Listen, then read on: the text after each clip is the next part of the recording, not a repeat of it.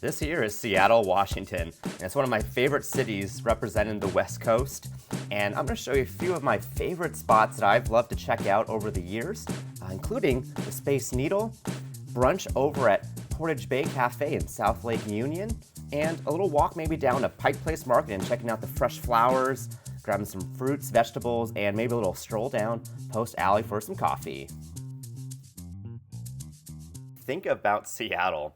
I bet one of the first images that comes to mind is the beautiful skyline of the city with the Space Needle just capping it off.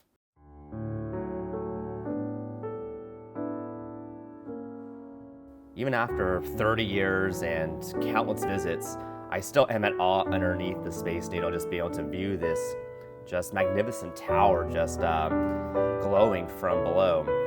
I've actually never been to the top of the Space Needle. I've never had the desire to really pay the big bucks to go up there or even to dine in there. No, I'm just more than happy and content just chilling from underneath the canopy of the trees and just enjoying the stroll.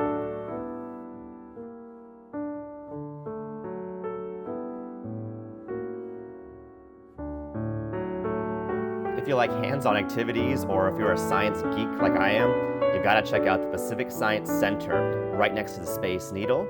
Or if maybe you want a different vibe, like something a little bit more chill, the International Fountain provides a great grassy area and also like this concrete area that you could actually walk down, get wet. Great on a hot day, great on a day where you just want to chill out because you're in this big city, but here it feels just like a nice, quiet place. So this is a great little getaway in a big town.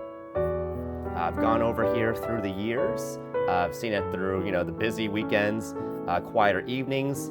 Nice little spot, if you want like little date nights. And of course, great place to view the sunset with the Space Needle in the background.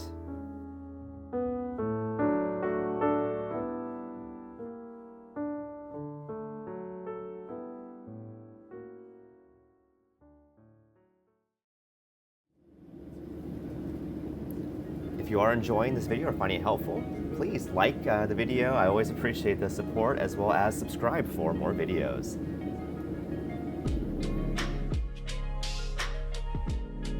Visiting Seattle, you'll find that it's actually a very pedestrian-friendly city, as in downtown, most of the popular places that you'd want to visit are all within walking distance of each other.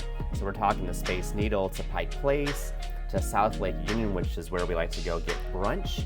You can go to Westlake Mall, access everything either via monorail, by bus, by light rail, or of course, good old-fashioned walking.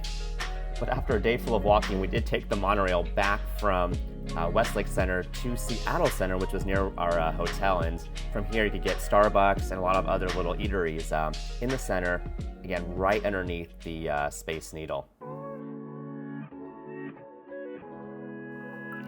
As a visitor, you've got to check out the Pike Place Public Market. This is where we got just a beautiful arrangement of flowers. Of course, everything is, in season, so assortments may vary, especially with the fruits as well. This place can get quite crowded, so I would not recommend trying to drive through here, even though I've seen some brave people trying to drive. I don't get it. Definitely walk here because everything is so accessible. And if you like coffee, I recommend instead of waiting in line for Starbucks, go instead to Storyville Coffee, which is on an upper level in the Pike Place Market. From here, you can get a very cozy seat, as well as a pretty good view from the market from above. So this is from a visit in 2016. Storyville is still alive and well, and here's the latest link using the maps. Yep, and they even have a pretty unique mirror here.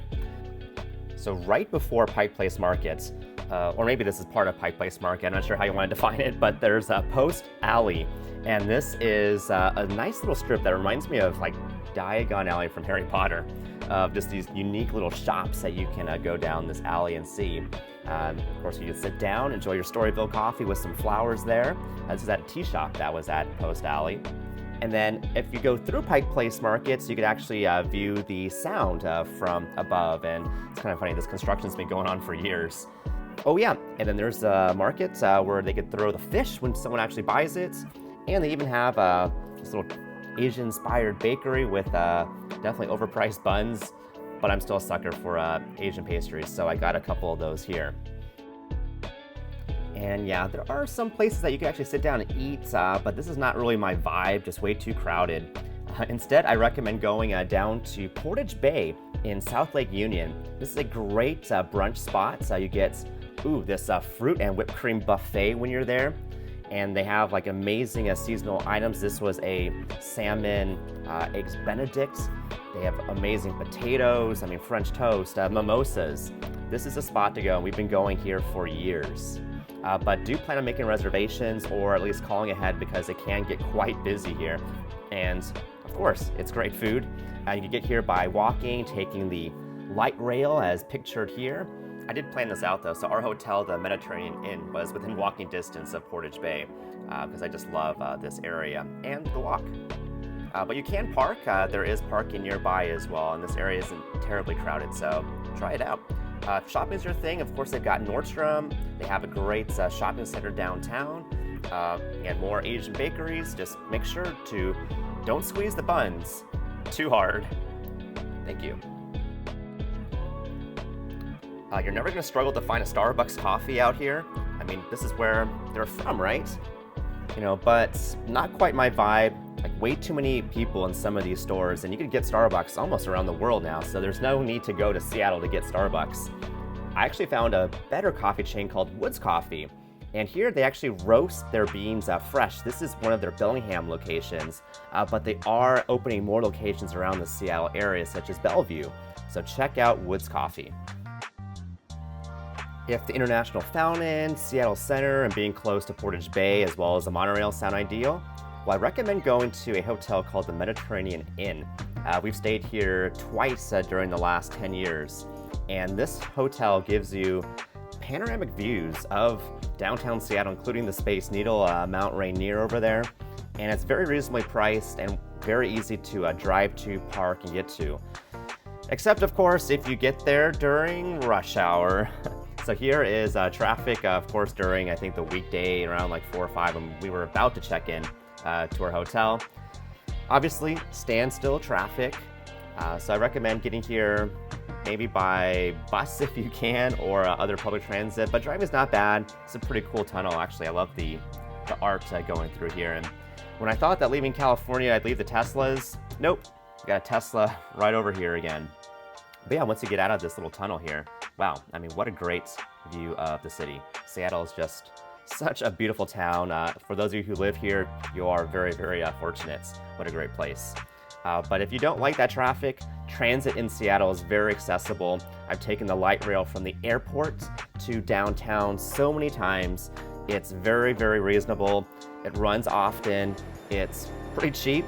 In some places, you can actually get on for free depending on where you're going. And so you can get to a lot of great destinations within Seattle by riding public transit. Flying here is definitely a breeze, no pun intended. The airport, it's not crazy big, it's just a very simple airport, and maybe baggage handling isn't quite that simple. This is actually from a trip from 2000. Wow. Do you remember when Southwest used to look like that? And remember TWA? Wow, those were the good old days when you also got your own, nope, you didn't get your own, you had to share the TV. Ooh, Anthony's Grill, if it's still open in the airport. This spot has great fried oysters if you like those. The Seattle airport is just so well crafted with passengers in mind. Just this great big viewing window where you can view the sunsets, you can view the planes taking off. A great spot just to kick back and post all your maybe social media posts from your trip out here. During this trip, going back home meant going back to the San Francisco Bay Area. Well, hope you enjoyed this video. Hope you get to enjoy Seattle if you are visiting there, and thank you so much for watching. Take care.